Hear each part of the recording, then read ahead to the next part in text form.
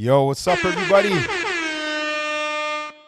What's up, everybody? How you doing? It's Tristan Barrocks here, the digital storyteller, and I am excited to be with you for another... I need to do like a plug, O'Shane. I have O'Shane over here. For those of you that don't know who O'Shane Howard is, I'll switch the cameras around so you can see him later. But I need to do like one of those like on my tap pads or my whatever, my sound pads. I need to put like a welcome to Livestream Mondays or something like that. But I don't have that right now. I just got dope. That's all I got. Dope. And foghorn stuff. Anyways, like I said before, my name is Tristan Barrocks and I am the digital storyteller. A matter of fact, I need to actually tell you guys a story about waiting. I am really excited about sometimes waiting for things because when you wait for things, you get good deals. Now, before I get into that, I want you to wait for 1 second because I just want to jump on Instagram really quickly and remind people that we're live. We're live streaming. So if you know and you enjoy live stream Mondays and you want to tell some people, share it on your feed. Tell your mama, tell your dad, tell your granddaddy. What is it again? Tell your husband, tell your wives. Anyways, let me just do this really quick, and then we'll jump right back into live stream Mondays. All right. Ooh, let me just flip it over here. Type in where you're from, by the way. Hey, what's up, everybody? It's your boy. Hey, what's up, everybody? It's your boy, Tristan Barrocks here, the digital storyteller, and I'm live right now on YouTube. Go and come and have conversations with us. We are live. We're having fun. We're answering questions about digital storytelling. See you later. All right. So back to y'all. How you guys doing? How you guys doing? Are you guys having a good week, a good first day of February? For me, it's been a hectic day. It's been a crazy weekend. It was a great weekend, but it was a crazy weekend closing off January, the first month of the year. 2021 has already begun with a bang. And I'm really excited about that. That being said, I wanted to tell you guys about a short story. It's a kind of a fun story, and it has to do with this right here. I don't know if you guys can see that. I'm going to switch over here so we can talk a little bit more. I love doing the switch. I heard your responses. I know you guys like it when I switch, so I'm going to be switching a little bit more so we can have sort of like these conversations, and they're kind of fun when I switch. Anyways, this thing right here is the Zcam END. Basically what it is it's an ND filter, electronic ND filter. Now what ND stands for is neutral density. I'm not going to get too technical, but basically it's like sunglasses for the sensor or for the lens of your camera. Okay, so it basically allows your camera to see even in very bright situations, by basically creating a level of shade for either your sensor or for your lens. At the end of the day, it controls exposure. It helps you to control exposure a little bit better. Now, that being said, this thing here was really hard to find last year, especially if you're Canadian. So I found a place where I could purchase it. And for some reason, it was really reduced. And I'll tell you a little bit about, I'm not really a very patient person. I oftentimes I'm just very impatient, and the Lord is still working with me. God's still working with me on that. My wife is too as well. And I saw this deal, and it was about half the price, or maybe 1/3 of the price for this particular thing. This thing is like $400, right? $400 or $500. And I ordered it for like $200. And then I guess the realtor or the retail place outlet got a lot of orders for it because it was misprinted, and they took it off the website and they canceled everybody's orders. Well, almost everybody's orders except mine. So what happened was I waited from about July of last year till January of this year to get this little thing here, just because it was significantly cheaper than if I spent that same money today. Like today, right now, to purchase this, it's about $550, if not more. And I kind of wanted to share that story because I felt like it's really interesting. Sometimes we have this need to really rush things and jump into everything and jump into all these opportunities and jump into every client that comes and bangs down our door and tells us that we have to work with them and all this other stuff. And if we just give it some time and some space and we're patient, we will get the reward and get the things that other people won't get. And I know that this is a simple example. You know, it's just a retailer, that sold this for a reduced price and then made an adjustment.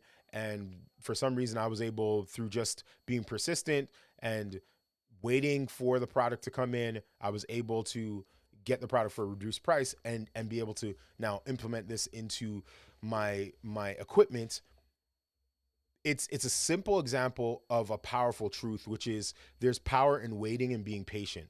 Now, when I say waiting and being patient, I'm not talking about, you know, if you have to do something right now today, to just not do it because you might get something better. If you got to pay your bill, your light bill, your water bill, your gas bill today, then pay your gas bill, your light bill, your water bill today. But what I am saying is that not every opportunity needs to be your opportunity. It doesn't need to be the opportunity that you have to take advantage of and you have to go after. And I think a lot of creatives make the mistake of trying to go after every opportunity as if it's theirs. Not every opportunity is your opportunity. And patience is a virtue and is a characteristic that we all need to master, including myself. Anyways, that's my little tip for today. That's my little snippet. But what I want to share with you guys today, I want to talk to you guys a little bit about why I stepped away from social media for, I would say, how long was that, O'Shane? Like 4 or 5 months? Yeah. But O'Shane's here. O'Shane's here. Watch. I'm gonna turn this camera. Hold on. I took it insta fast. Hold on. Let me switch the camera over so people can see that I'm not talking to myself. Here's O'Shane, guys. O'Shane Howard. The O'Shane Howard. We no longer say O'Shane Howard. We say the photographer O'Shane Howard, because O'Shane is Adapa Dapas. Okay? He is the man, okay? He's doing a lot of great things. Let me just put this camera back here. He's doing a lot of great things in the city. Didn't you just do, like, what are some of the new clients you got? Actually, no, I'll let him share that later on. But anyways, tonight I wanted to kind of keep it low key. I want to celebrate Black History Month and talk a little bit about why it's important for Black creatives to tell Black stories. And I will also want to talk about why I stepped away from social media. I think in a lot of ways, it was probably one of the most challenging things I ever done in my life. but I had to do it because I was in sort of a situation where I wasn't really liking my life. So let's. I mean, before I jump into all this stuff, I really want to know where you guys are from, how you guys are feeling. If you guys have any questions, I can answer for you as I stop playing around with the mic. I want to know, if you have any questions, if you have any comments, if you guys want to comment about anything that we talked about in previous weeks. I really want to leave it open to you guys. So let me check the comment section below here. Let me see our comments here. Perfect. Dope. I see some people here. Perfect. Great to see you. So I'm going to jump into the first thing. So first things first, the reason why I stepped away from social media was for the first time around, I would say August of last year, I went through, I really think it was a bout of depression. It's weird to say that, O'Shane, because I'm one of the, those that know me know that I'm a very jovial person. I'm very happy. If I'm angry, I'm angry. I'm what you call an artist. I am very extreme. There's not really, I'm not a person that's very monotoned. I'm very like, really, really high, really excited, or really, really low, really, really like angry or frustrated. But I'm never really like a person that's very negative and very like wet blanket-ish. And I got to a place in my life, in my creative journey, where I was like, I felt like every day was a struggle to get up and do work and be the best version of myself. And the best version of yourself. That's such a like cliche thing to say, but I hope you understand what I mean. And if you do, just say type in yes or type in fire or type in I get you in the chat section. But there was this sort of like heaviness and heavyweight and frustration and disappointment and frustration with myself, not necessarily with my kids or with my wife or with my life, but it was just like I felt like my own person, I wasn't living up to the standard that I felt like I should have as just me being myself. I have high standards for myself. And one of the key factors or the main factors to me feeling this way, me feeling like really depressed and really heavy, was, this idea of comparing myself to so many other people. I think if we're having an honest conversation about social media, it's about comparisons. Like, it's about comparing yourself. It's not just sharing your life. It's like because you could you could have the dopest life, but you go on that feed and it seems like your life is not dope at all. And you only get reminded about, the places you haven't traveled to, the food you haven't eaten, the people you haven't spoken to, the successes that you haven't accomplished yet. And I don't think it's necessarily the intention of all of the content creators and the people that are on social media to do that, although there's trolls and there's other people. But I think that there is a level of just human nature. By design, we compare ourselves to each other. And, for the first time in my life, I felt very unhappy with the way my life was going. And every time I went onto social media, I felt like it was compounding the feelings I was having. And I wasn't having great interactions with people. I mean, for the most part, yeah, my friends and things of that nature were cool, but there were a lot of negative negative interactions, a lot of negative conversations I was having as a creative. And even on YouTube, it's like, you can create stuff and like 99.9% of the people will love it. And then you'll have that troll that would be like, oh, you didn't brush your teeth today. You didn't pick out the little bit of speck of mata out your eye, or oh, look at you. Your face is groggly and dry. Your lips are dry. It's like, they'll say stupid stuff just to kind of pluck at your nerves. Right. And I was just in a place where all of those things were kind of grating on me and I needed to take a break. And something really, really crazy happened. Something amazing happened. And the thing that happened, for those that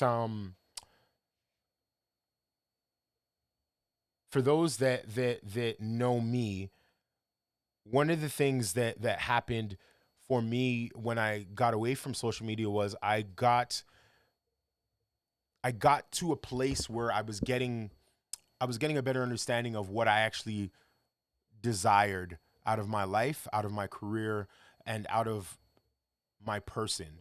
The best way I can describe it is whenever you know, I'm a person of faith, so we do things like fasting. And for those of you that are maybe from other faiths, like I'm Christian, but you know, there's Buddhist people, Muslim people, there's people from all faiths that fast. And fasting simply means like it's like withholding or abstaining from something that you normally do. So whether it's food, whether it's alcohol, whether it's you know sexuality or being sexually intimate with your partner, your spouse, or other people, whatever it is, you can kind of like sacrifice that for a time to get a level of control over your own desires, your own physical needs, or even emotional needs, to get clarity of focus and clarity of thought. And I think for me, what happened for me when I stepped away from social media, I really got a sense of relief and a sense of clarity of what I wanted to do and how I wanted to approach uh, creating for those platforms. Now, I never thought that I was never going to go back to social media. I just thought that I wasn't ready to go back. And there's a difference. I don't think that social media inherently is bad, but I think that the way that we use it and the way that we interact with it and the way that it relies on you to give so much of your time to it, it becomes a thing that can be weaponized to draw and suck away from who you are as an individual, your energy and your excitement. Let me just jump over here to some of the comments just to see what's going on here. We have Aziza. Let me see if I can put you up, put your comments on there, Aziza. There we go. Disconnect to connect. Love that. Yes. A lot of what I did was disconnect to connect back to who I was, to the people that I loved and I appreciated, and that really helped me to just be a better person. You know what I mean? Like the time that people spend, whether it's on WhatsApp or Instagram or Clubhouse or Facebook or YouTube, you can be spending out with your family. You can be spending out with friends. You can be spending that upgrading and leveling up your skills as an individual, right? Those are all real things. Let's see what Dennis has to say here. Been there, missed 2 years of work because of it. Doing well, managing it now. Good. I'm glad. I'm glad to hear that, Dennis. Thank you for sharing that. And it was funny because I never would have thought that I would have ever been depressed, because I just it's not something that I thought I would ever need to broach or deal with. But I think that if you leave yourself open to everything, anything can happen to you. And I think that it's always really good and important to check yourself, check your own mental stability, your own mental health, your own mental wellness, because I think sometimes we're so busy doing a whole bunch of things that we neglect our own personhood. And when I say personhood, are the way we feel, the way we act, the way that we're developing as individuals and as creative artists. And here's the thing that I really want to hit home to my creatives. If you're a creative, type in "I'm creative." Type in yes. Type in fire in the comments. I want to see my creatives. I want to hear from you guys, because a lot of times as creatives, we are already on this journey alone where people don't fully understand us, or we don't feel that people understand us, because to be a creative is to see the world in a unique way that no other person sees it. No other person sees it that way, right? To be a creative is to literally see things in a unique perspective and be willing to share that with the world, having the courage to share that with the world. And it's scary. It's scary being a creative. It's scary putting your work out there, and your work is a part of who you are. It's an expression of what's going on inside of you. And when and if people reject that, or people make fun of it, or people don't understand it or misinterpret it, it's as if they're rejecting you or misunderstanding you, right? And all of that contributes to your mental stability, your mental health, your mental fortitude. So what I want to tell my creative artists is that, number one, you're not alone. You're not alone. You're not crazy. You're not weird. If you need to, decompress or deconnect to connect, like Aziza said, then do what you need to do, because ultimately it's about your mental wellness and your mental being, your mental health. But furthermore, I think it's also about understanding that social media, for the most part, is just noise.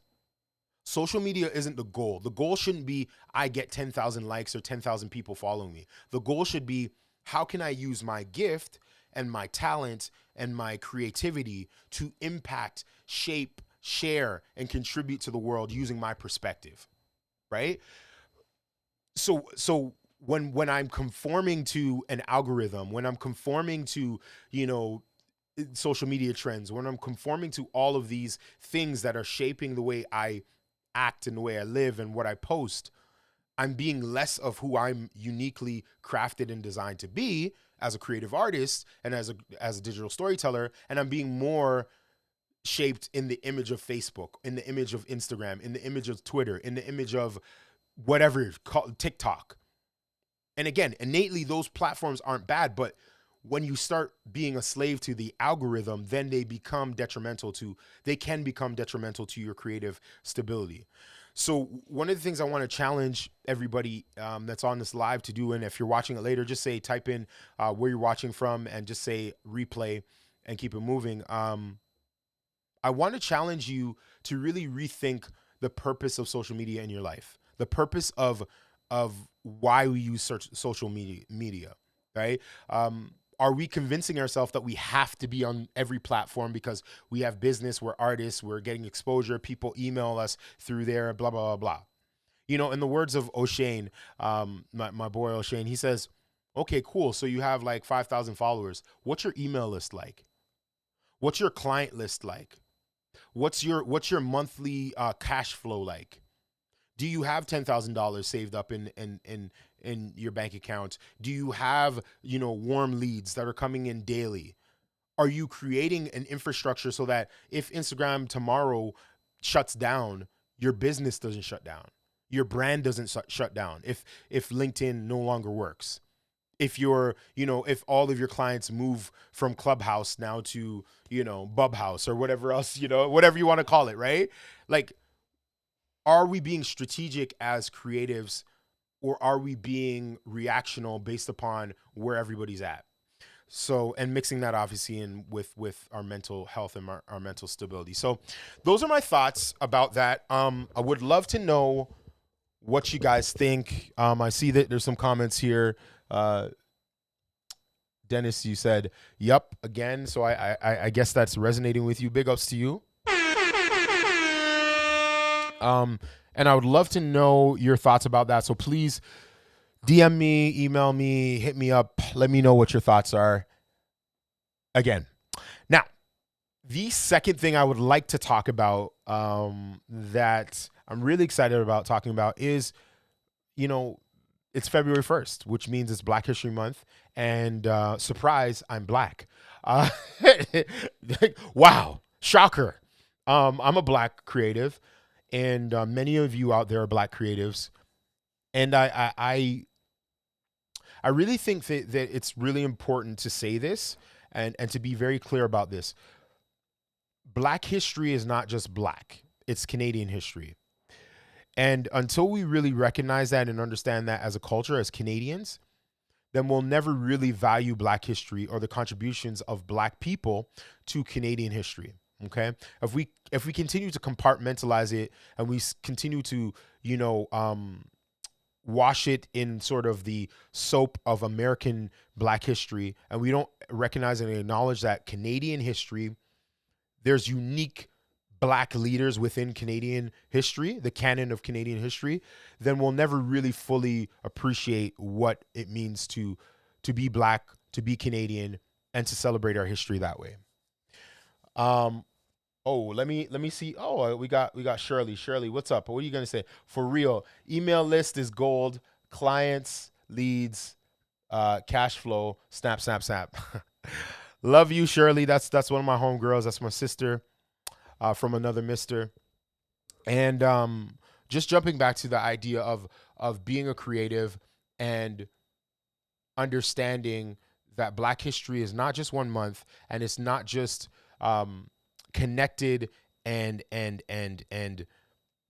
pushed from the vantage point and the view and the perspective of American history, Black history.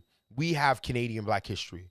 We have, there were certain settlements in Canada that were Black communities that were actually around before Canada was even a confederation, was even a country.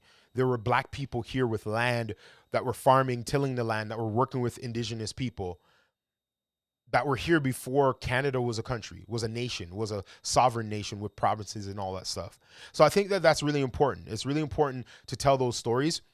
But beyond that, I think when we are talking about Black creatives telling Black stories, the reason why that's important is because oftentimes we have very talented people from other races and from other backgrounds telling stories that are uniquely Black stories, or uniquely stories that have to do with people of color, but don't necessarily include their voices in the direction of how the stories are told. So sometimes there are things that are just overlooked based on the fact that that person, that filmmaker, that creative has never experienced and never walked a mile in a Black person's shoes. And that's not to say that their voice is irrelevant. That's not to say that they shouldn't make those films and shouldn't make those pieces of art. But I think that it's really important that Black voices should lead the charge when it comes to telling Black stories. It's no different than a Jewish person, talking about the Holocaust or talking about, things that are important to Jewish people. I think that it would be disingenuous for me to come in, even if I was well read in it, in the topic of, let's say, Auschwitz. I don't even know how to say it, but in terms of World War II and in terms of all the things that the Jewish people had to go through, even though if I was well versed in it, it doesn't mean that I should be the leading voice necessarily within that room, within that space. And I hope you hear my heart here. That's not to say that other voices can't be in the room, but I think that other voices shouldn't necessarily be the dominant voices telling those stories. And for a long time, other communities have told Black stories, have been the dominant voices in telling Black stories, whether it's, the poverty in Africa, whether it's, National Geographics and telling journalistic stories about, learning about Egyptian culture and whatever else, right? I just think that it's really, really important that Black artists and Black creatives reclaim a lot of those stories and are able to tell it from their perspective, from their unique Black experiences. Let me know if I'm totally off. I would love to know whether or not y'all agree with me or not. Let me see what you guys are saying here. I'm gonna switch over here. We got Shirley saying yes. Happy Black Black Features Month. Tristan. Futures Month, yes, Black Futures.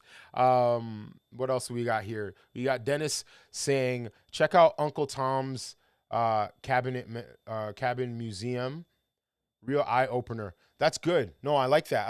I had the opportunity when I went to South Africa a few years ago to be able to go to the Apartheid Museum. The Apartheid Museum changed my life. It changed my life. It was one of the most impactful experiences I ever had. I don't want to give away much, but one thing I will tell you is that several times I broke down and I cried because there were just so many moments that really struck a chord with me and things that I could identify with. Being a person of color, being a Black person, in a place where, I'm not the dominant race. But even worse, it's like in South Africa, Black people were the dominant race and they still were subjected to some cruel punishment and some cruel things. And all of this that we're talking about as creatives all goes back to this idea of like, if we don't have storytellers, right? I'm a storyteller. You're a storyteller. We're all storytellers in our own right if we're creatives. If we don't take a hold of and recognize and identify the power of using arts, using digital media to tell stories, to educate people, to inspire people, to give people different perspectives, then we're going to lose out on opportunities to be able to galvanize people around worthy causes, around truths that need to be told and need to be communicated to. I know that Aziza, if you're still on this stream, just type in yes, I'm still on there. But she comes from a country. I'm not even going to try to pronounce it. It starts with an A. It's like Gazaba or something like that. But it's like super like the way you pronounce it is really insanely complicated. But what I will say is that she posted something on her Facebook, which was really cool. It was just a whole bunch of people from her country talking about how they were protesting and they were against certain political things and actions that were happening in their country. And I thought that was powerful because it was just people from around the world that came from that country speaking about the atrocities and speaking about the difficulties that they went through as a people. But what was powerful was that it was like people filming themselves on their cell phones, on their cameras, on their handy cams, you know, from Dubai, from Japan, from China, from Toronto to you know, Atlanta, all over the country, all over the world. And it was put together in a way, in a seamless way, to tell a story about a people who are oppressed, a people that are pushing back, a people that are building a level of a sense and a level of pride and care, and want to tell the world about, you know, what they're going through and how they're overcoming. So again, when we're talking about Black history and we're talking about Black creatives, we're talking about it from that vantage point. We're talking about it from the vantage point of understanding that as a Black creative, as Black creatives, we have an awesome opportunity and a responsibility to be able to tell the unique experiences of Black people. And that may be through a sculpture, it may be through a painting, it may be through a song, it may be through a spoken word slam, it may be through a film, it may be through a podcast, it may be through a live stream. But I think that especially with the climate, the global climate that we have in terms of social unrest and social change and engagement, and the world still wanting to hear from Black people and the Black community, I think it's really important for us to take hold of that and galvanize ourselves and tell stories that matter, and tell stories that are impactful, and tell stories that are going to challenge people, challenge people's perspectives on how they look at us as a people, how they look at Black bodies, how they look at Black men, Black women, you know, Black LGBTQ plus community, all, you know, community members, all of us as a whole. So anyways, those are my thoughts. What are your thoughts? What are your thoughts? Oh, see, I knew she was gonna respond back. I knew she was gonna respond back. Thank you. Oh, let me click on here. There we go. Yes. So Aziz is there, and she said, so that's the name of her country. I'm not even gonna try and say it, because I am like literally, I am going to break it down. So I'm not gonna say it. I wonder if I can hyphenate it and maybe like press it. Anyways, if you're liking this stream, give me a thumbs up. If you have any questions, please let me know. If you have any questions, I'm here. I want to answer some of your questions, some of your storytelling questions. I want to know what's good, how you guys are doing, what you guys are working on. Are you guys working on any films? Are you excited about any projects? I'm going on a shoot tomorrow, a Black History shoot tomorrow, which is really exciting, with my boy O'Shane Howard. For those of you who don't know who O'Shane Howard is, I mean, look him up. He's dope. He's super dope. And I'm just blessed to be in his presence and be able to be working with him. But yeah, let me know if you have any questions or thoughts about anything. I would love to talk to you guys more about some of the things you guys want to talk about. If you guys have any questions or comments about anything to do with creativity. I see 6 people on here. Listen, y'all, if you all like what's going down, click the like button, click the share button, click the subscribe button. Let me know your thoughts. Let me know your comments and any questions that you have. All right. I am going to take some questions. O'Shane, you got any questions for me? You're always a person that has questions. I know last year or last week we talked about whether or not you should take any free jobs. What do you think about taking free jobs? Um, Hold on. Let me fix this camera over here.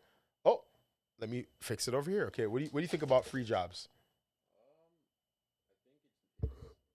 Talk loud. I think it depends on like the goal. Like if you're just starting out and you don't have any work, then you gotta do some stuff for free to prove yourself. Just to build your portfolio, just to let people know that hey, I'm here, I exist. This is my work. This is what I'm capable of doing, and just reach out to people. Just post your work everywhere. Doesn't matter where it is, and from there, even when you start establishing yourself, you may not have certain things in your portfolio. You may do it for less money because at that point, I wouldn't suggest doing it for free, depending again what the end goal is. But if it's something that you don't have in your book, but you know if you have it in your book, it would get you those clients and it'll get you bigger clients. Take less of a budget. I've done that. There's things I never had in my book. When I've had people reach out to me, I'm not saying, I don't have it in there, but I'll still do the job. Let's compromise on a budget that I'm cool with, and then I'll still take that same gig and get a bigger client that is like within the same niche, and keep it going from there. So yeah, there's many different ways you can go about looking at it from a relationship standpoint, from a portfolio standpoint, and from a money standpoint. Okay. You don't know the thing. Okay, that's good. I gotta give old Shane Howard a. You don't know the thing. So yeah, O'Shane was basically saying like what I always. Wow, I'm probably really hot, so really hot on this mic, eh? O'Shane was basically saying, "Ooh, let's see. Oh, we got a question here. Let me switch over here to Shirley. Oh, jeez. Sorry, guys. I got like so many cables around here because O'Shane brought his whole life with him, so it's kind of like ridiculous. Hold on for a minute. I'm back. Sorry. Let me see what you're saying here, Shirley. All right. How do you break down your shoots? Do you write out a plan? Do you ask your clients for a plan? Ooh, that's good. That's good. Okay. Don't worry about it. I'll answer that question and then I'll get O'Shane to jump over here to answer some other questions too. I'll get O'Shane, don't worry about it. I'll get O'Shane to answer that question again in a few minutes. So when we're talking about how are we getting, what was your question again? Let me just jump over here. Let me just jump right over here. Shirley's question again. How do you break down your shoots? Do you write out a plan?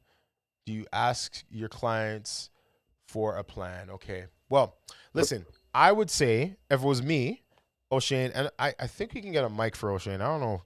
I have to find a mic. Anyways, I'll try and find a mic for him. But I think in terms of what we do is we usually collaborate with the clients in terms of shoots. So normally what a client will do is the client will come to you with a concept, right? And then from that concept, what they'll do is we'll sit down with them. We'll have a consultation. We'll say, okay, cool. These are the things that we can do based upon what you're looking for on your budget. And then we'll create, depending on if it's a video shoot or a photo shoot, we'll create a treatment. Now, a treatment is basically a like blueprint or a plan that we use to shape the shoot around. For you, O'Shane, you usually use like a mood board, right? So the mood board is usually a mood board and a deck. Yeah. So the difference between like a photo shoot versus a video shoot is that we'll both have mood boards. Definitely, mood boards are really, really good for communicating and being on the same page as the client and making sure that the client signs off and says, okay, I like that this look and this feel of everything. It's okay. It's okay. I know you can't hear. It's okay. It's all good. We'll figure that out. They couldn't hear you at all when you were talking, so you're gonna have to say that again. It's okay. We'll get you over there. It's fine. So when we're dealing with the mood boards again are allowing you to galvanize a level of chemistry and allow you to have a level of flow with that client, right? And allowing that client to see sort of the tone, the lighting, the feel, the vibe and the energy and the posing and what you're looking for as an end product. Now, in terms of when we're talking about video versus a deck versus a treatment, a deck basically is a breakdown of each element of that shoot. So we have wardrobe, we have hair and makeup, we have what set design, we have posing, we have art direction, the vibe, the energy, the whole sort of tonality of the shoot. And then they'll have quotes, or they'll have certain descriptive words, so that everybody will kind of get a better understanding of what we're trying to create. So there will be a lot of like Pinterest board pulls that will use as fundamental or foundational pieces to be able to communicate effectively. Can you guys hear us better? Can you hear me better? I'm eating the mic right now. I'm like right in the mic's face. So I need to know if you guys can hear us effectively. If you can, just put in fire into the chat, and we'll keep it going. Okay. So now that's a deck for a photo shoot, correct? That's how a deck works. For the treatment, a treatment is a little bit different. A treatment is more text based than visual based. A treatment is almost like a production script. Okay, so we have like the goal and objective of the shoot. We have sort of proposed dates. We have locations. We have crew members. We do have hair, makeup. We do have the gear that we want to get. We have a shot list, and we usually have a script. Okay, so that's where it kind of differs, because again, if we're shooting photos, we don't need a script. We don't necessarily need a script because we're doing photography, right?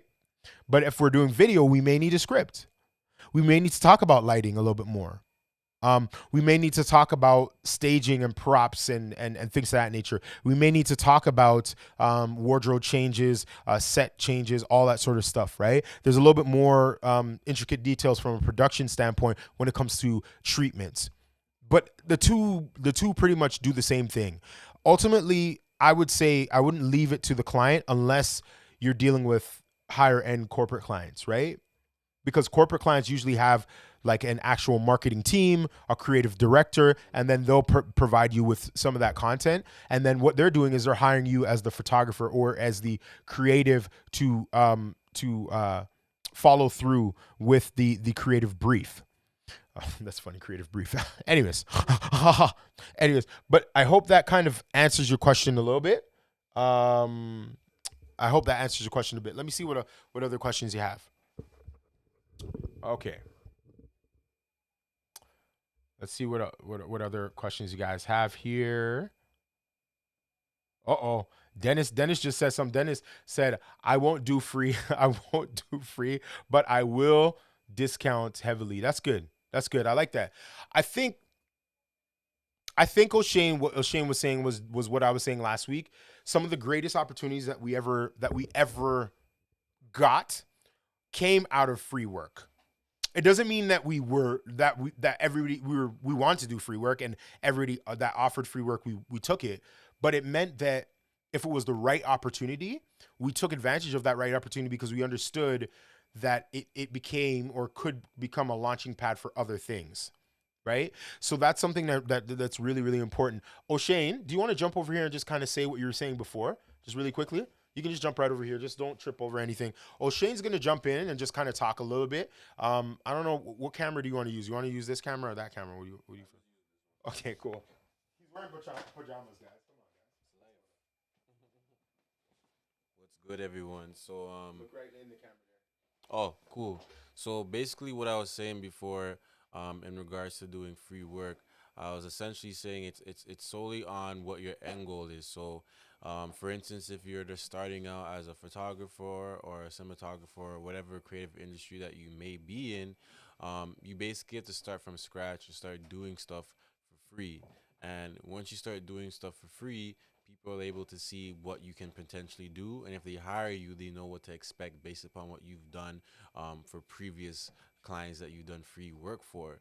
And then when you start establishing yourself more within the industry that you're in, then from there, when people do happen to reach out to you, you can pick whether or not you want to take on that gig. So, for example, I've had people reach out to me where the budget might not be the best.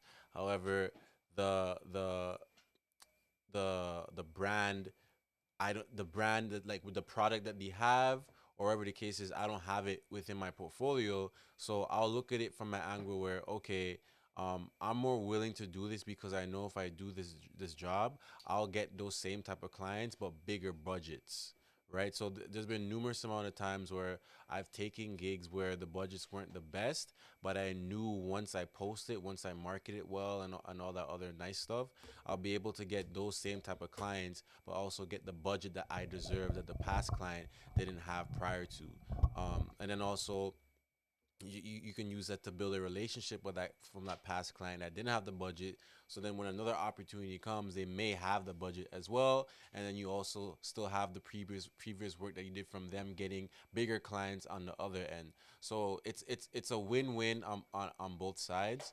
But I would say there's been many times in my career I've done stuff for free. I've done collaborations, and those happen to be like the biggest projects that I've actually put my name out there. So again, it's all about your end goal and what you're really looking to achieve for your business. Check, Yeah. check, check. Can you guys hear me? Can you guys hear me? I got another mic right here. I got another mic here. No. It was all a dream. We used to be Burn Up Magazine. Here, you can jump right over here. So now we're creating our show, guys.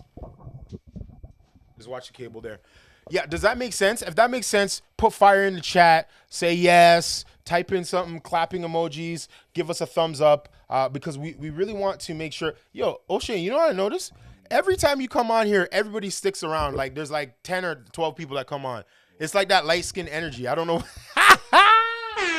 Yo, this guy got the light skin energy. Like, whoa. This guy just gets all the likes, yo. I mean, I should have him on my live stream a lot more. Like, what's going on right now? Like, it's because of this haircut. He got his new haircut and everything. I don't have a new haircut. I got my toque on. That's why I'm hiding. I'm hiding right now. But O'Shane, so like, I'd love to know, like, tell me one of your greatest, one of the best opportunities that you ever done free work with. Jump ball with my boy Joseph Adamu, CEO Yep. and founder, creative director for Sunday School. Yep.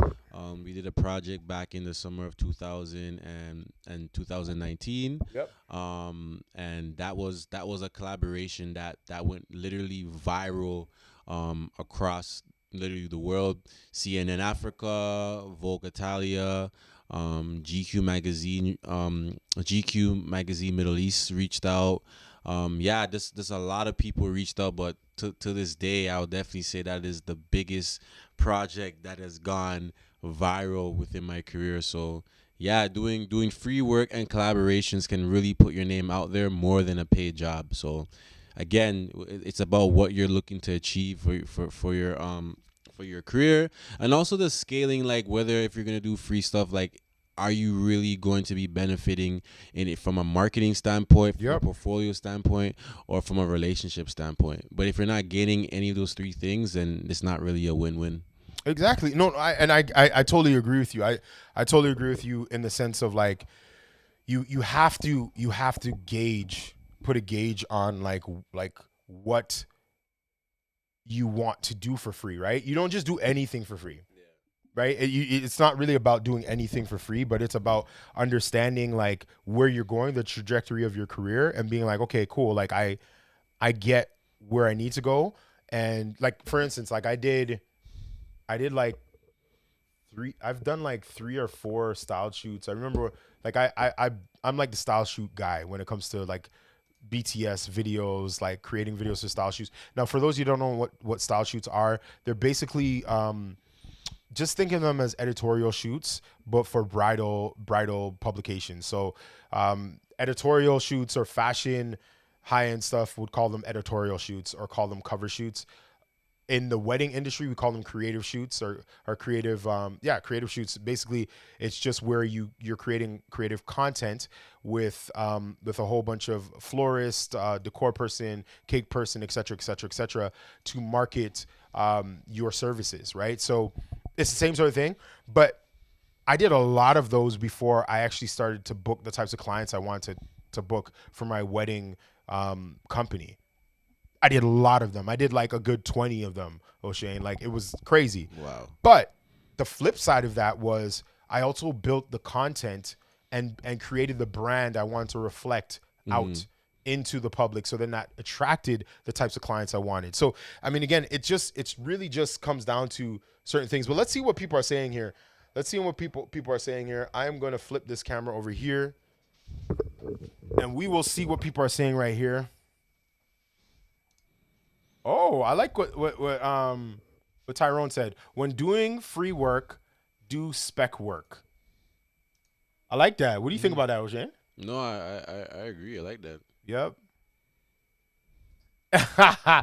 Shirley says light skin energy. I'm just saying that light skin energy is like every time I have him on there, it jumps up to like 10, 12 people. And then when I come on, you know what I mean? It's 3 people, but it's okay. I love all y'all. If you guys are getting something from the stream, you're getting entertained, whatever else, please hit the like, hit the subscribe button. If you want to tip us, that's cool too. It's all good. Aziza says, if one has a skill set, can you create a business out of it? Can you elaborate on that? Can you elaborate on that a little bit? Because I would love to understand a little bit more what you mean by if one has the skill set or skill facet, can they make a business out of it?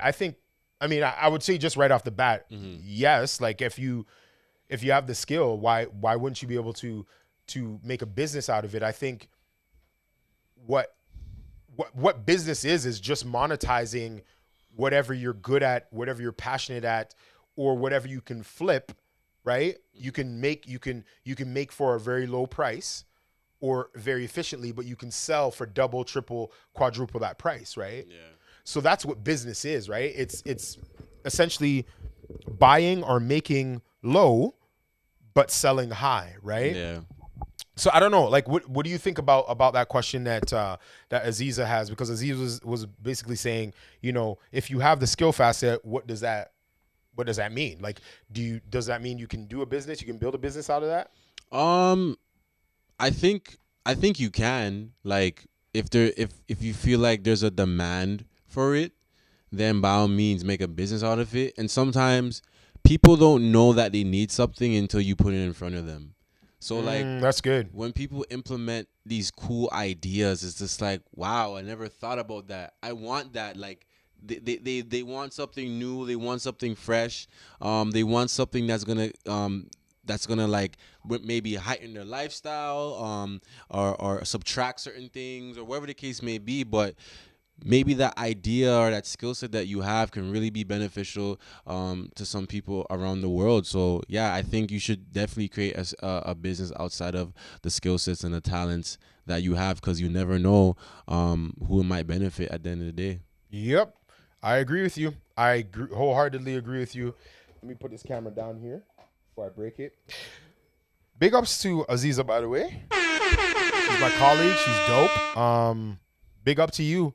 I think that, you know, when it comes to business, at least from an entrepreneurial standpoint, you still want to do something that you're passionate about, whether it's solving a problem that you're passionate about, whether it's working with a group of people that you're passionate about, whether it is the challenge, right, of working together with multiple organizations that you're passionate about. Whatever it is, there still needs to be that why behind it and that fuel behind it that will propel you through those challenging times. But I would say definitely, yeah, like if you got a skill facet, do it. Timing is important, understanding the market, understanding business trends, right? I mean, I'll give you an idea. Like I purchased 2 years ago. I purchased a booth. I invested in a event booth, like a 3D booth. So like, you know, you had an arm and spins around a person with their cell phone camera, and it creates these real cool sort of immersive videos that go viral. Well, that was great in 2019, and then 2020 came and there's no events. So then that wasn't the best timing for that. I may have had the skill facet for it. May have been a great idea in 2019, but now 2020 and 2021 and beyond, it's not the greatest idea, right? So again, timing is really, really important. Let's see what else people are saying here. O'Shane. Let me twist over here. Boom, boom, boom. Ooh, am I here? Can I see? Am I not in focus? There we go. Perfect. Let me see here. Okay. So, Shirley says, "What is spec work? What is entailed in spec work?" We can talk about that a little bit more, but I think people have answered that. Work on speculation. Oh, work on speculation that is that it will lead to paid work. Oh, okay, I get what you're saying. Yeah, so I didn't know that it meant exactly that, but for me, spec work is work that is not really actual work. It's fake work. It's a fake commercial. A spec ad is like Dennis said, speculated work or work that you want to get. So let's say you want to get Cheerios or food, a food campaign, right? What you would do is you would create or study some ads, some breakfast ads, some McDonald's ads, whatever it is, right? Then you would rent a studio, or you would find a place in your home, and you would create an ad, a spec ad, a speculated or a fake ad with, fake product or even a real product. And then you would add that to your reel. So you would light it the same, you would film it the same, you would edit it with your own flair. And then that way you would have that now as a part of your reel. Let's see what Tyrone's saying here. Like if you want to shoot, so he basically explained it as well. So I'll throw that in there as well. When you go out for real jobs in that space, you have something to show. Yes, it's not just even something to show, Tyrone. It's beyond just showing that you can do the work. It's also having the practice of doing the work. And that's important too. That's really, really crucial. Here's the thing. And I say this, O'Shane and I, we always have this conversation. I'm yelling right now because I'm excited. But here's the thing. I have this camera over here, okay? It has a cinema lens. It's a cinema camera, okay? It's the Z-Cam S6. It's a cinema camera. It has a cinema lens on it. It's expensive. It's heavy. There's a lot of buttons on there. But if the only time I pick up this camera is when I am ready to do client work, then I'm missing opportunities to be the best creative possible.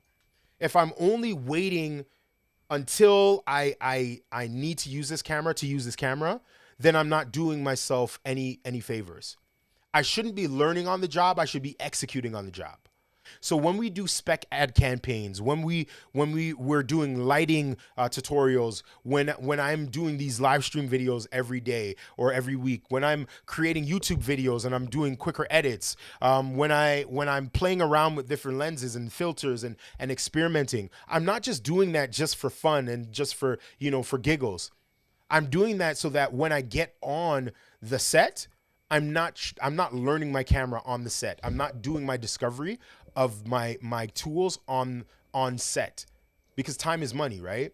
What I'm doing is I'm executing all of what I practiced and what I planned for from the very beginning, right? From the time that I met the client. The client is hiring me not because I just have, a red camera type of camera. They're hiring me, or they should be hiring me, or usually they're hiring me because I have something up here. I have expertise. And I can execute something in a quicker amount of time than they could ever do or ever hope to do. So when we're talking about spec work, when we're talking about practicing, when we're talking about building our reel, when we're talking about creative shoots, when we're talking about editorial shoots, we're talking about creating and practicing a content that will allow us to get the clients that we want, get the jobs that we want, and then execute at a super high level. I hope that makes sense. Does that make sense, O'Shane? It makes perfect sense. I thank you. O'Shane's my. Let me see some of the thoughts here. Dennis put up a thumbs up. Thumbs up to you, Dennis. Listen, I haven't seen you before, but you know what, Dennis? Your energy is fire. Let's give it up. Oh shoot, Juppy, what's going on, Juppy? I love you. Japinder was my very first mentee and he's one of the most talented filmmakers, creatives I know. He's a brother. He's my brother. His family is my family. I just want to say I love you, appreciate you, bro. I'm mad proud of you. He's working on, I think he's doing like a computer science degree at Carleton University in Ottawa, and he's working on some crazy like film software stuff. I can't wait to talk to him because he's always doing some crazy stuff. Shirley says, okay, makes sense. Thank you, Tristan, Dennis, and Tyrone. Perfect. Let me see here. Dennis put up thumbs up again. Peace and love, brother. Shirley, what are you saying here? Tristan, equipment, flex. Bullhorn sound effect. Hilarious. You're so funny, Shirley. Anyways, listen, our time is up. It's 9:29. It's 9 freaking 29. Okay. And I am just, I'm blown away that the time goes by so quickly. I hope you guys liked the tonight's chat. I really appreciate you coming on, O'Shane. Let me switch the camera over so O'Shane can say bye to all the people and all that good stuff. Give me a second here. 3, 2, and 1. Later, peoples. It was nice having y'all, and I'll see y'all again. I don't know when, but yeah. I like this mic though. Yeah, O'Shane is. I'm super proud of O'Shane. O'Shane has had the opportunity to work for brands like Adidas, Nike. Can I say some of the newer ones or no? Nah. No, okay. Some of the new ones you'll see. I'm excited to share that and brag about him. But the reason why I brought him on was because he's an extension of me. And when I say that, everybody that's connected to me, whether it's Japinder, whether it's Shirley, whether it's, Tyrone, whether it's O'Shane, I want to always share a part of myself. I want to always make you better. And if you are a person that is a storyteller that wants to be better, that feels like you have to tell stories, and that you don't just want to do a 9 to 5, and you really want to do this full time, and you want to learn how to do this, I am opening up this month a mentoring program. I'm going to start that. It's going to be a mastermind thing. It's really going to be a collective for serious people, for people that don't need to be motivated, but are motivators, that know and have a good sense of who they are, and what their voice is about, and really need somebody to help them shape and propel them to the next level. When O'Shane met me, O'Shane was a hard worker. He was really he had maybe a year or two in the photography industry. He had aspirations to do editorials, to do different things. I brought him on, on trips with me. We've done, everything from commercial gigs to weddings in Jersey and all this other stuff and everything in between.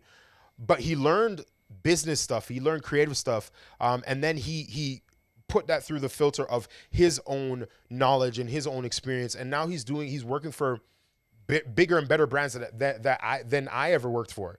And I say all this because I say it's really important to me for people to be the dopest version of themselves. And if I can help you do that, then I want to help you do that.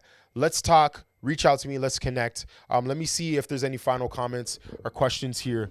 If anybody has to say anything. All right. Nope. Everybody says, thanks, dude. All right. Peace out. Peace and love. Appreciate y'all. You guys have a great night.